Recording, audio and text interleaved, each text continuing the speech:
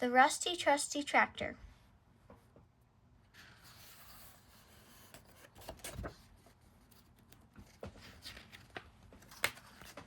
When Mr. Hill saw Grampy's tractor, he laughed to burst his breeches. "Woohoo!" he cried, slapping his knees. "You call that a tractor?" Mitch looked up at Grampy to see what he was thinking, but Grampy was not letting on. Mr. Hill ding-donged with his knuckles on the rusty engine cover and the spaghetti can that hung over the exhaust pipe. He kicked the old cracked tires. "This won't last you another season," he said. "Do yourself a favor, sir. Come down to Hill's Tractor Sales and look at some new machines." Mitch leaned against Grampy's leg, but Grampy just scratched his neck. He said, "I don't know, Mr. Hill. Me and this trusty tractor have been together 50 years, ever since my old plow horse died. We know each other real good. I'm not hankering to go looking at new shiny tractors." "No harm in looking," said Mr. Hill. Mitch tugged a handful of Grampy's overalls. "Please, please." Grampy looked down and smiled. "Well, now, maybe just a peek wouldn't hurt that much." "You won't regret it, sir," said Mr. Hill, shaking Grampy's hand up and down like a pump handle. Hill's Tractor Sales covered half a block. Mitch had never seen so many tractors in one place. There were big ones, small ones, red ones, and yellow ones. Some with plows, some with buckets, some with forks, and some with diggers. Mr. Hill showed Grampy a big red tractor with a cab like a truck. "Got carpet in there," said Mr. Hill. "Got heating and air conditioning." "Mine's got air conditioning too," said Grampy. "When the air gets too fresh, I put on another jacket." "Look," said Mr. Hill, "stereo music." "I whistle," said Grandpa. Mr. Hill showed them the big fancy-dancy engine. But Grampy was not interested. He said, "When my old tractor won't go, I'll fix it myself with a bit of wire. None of this electronic fiddle-faddle." Mr. Hill was not real pleased that Grandpa did not want one of his shiny new tractors. But Mr. Hill was not a man to give up easy. "How much grass do you reckon on sowing this spring for hay?" 20 acres, Grampy said.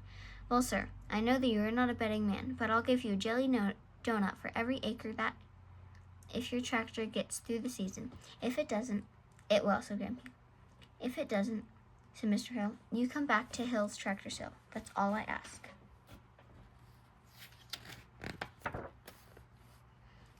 Come early next spring, when they were setting up for plowing, Mitch said, "You know, Grampy, this old tractor sure is hard to start." "Like me," said Grampy. "I'm hard to start when it's cold and damp." "Sir, sure is rusty," Mitch said. "I know how that feels. My knees get much rust. Some days they need an oil can." Then Grampy looked at Mitch. "Boy, you aren't trying to sweet-talk me into buying a new tractor." Mitch quickly shook his head. "Good, 'cause this is my old friend, and friends don't let each other down. You remember that." The ground was still cold when Grampy plowed those 20 acres. The tractor crawled along, chugga, chugga, chugga, like an old fishing boat. Brown waves curling up behind the plow. Seagulls flowed, looking for bugs and worms. Plowing took most of 3 days, but when Grampy finished, the field was a strong brown sea with waves as straight as ruler lines. Grampy stuffed a sack with straw because the seat cushion was worn out. "We've got a long way to go yet," he said. The lumpy earth was smoothed out, and the steel blades of the harrows cut up the soil nice and fine, ready for sowing. Then Mitch helped Grampy with the seed drill. Grass seeds went in the small hopper. Fertilizer went in the big one. Chugga, chugga, chugga. Mitch hung on the fence and watched the rusty old tractor. Pulled the seed drill round and round. Grass seed and grass food dropped in the little furrows. "Now it's up to Mother Earth," said Grampy.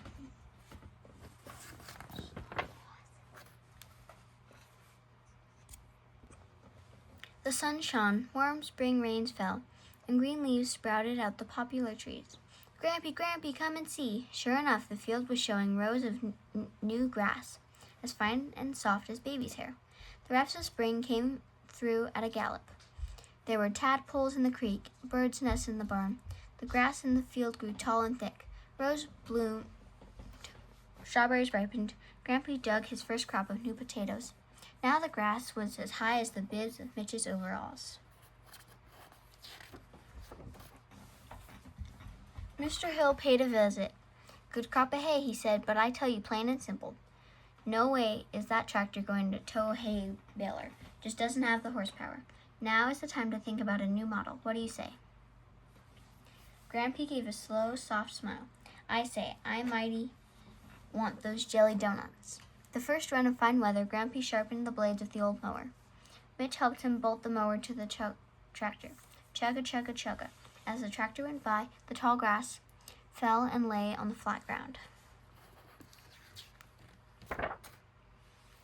In a couple of days, Grampy said, "We'll turn it with the hay rake to help it dry."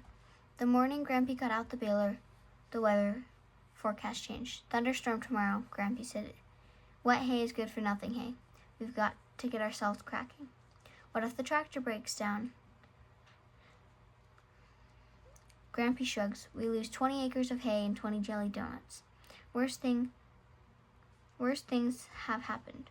But I tell you now, boy, real friends are there when you need them, and my old tractor won't break down."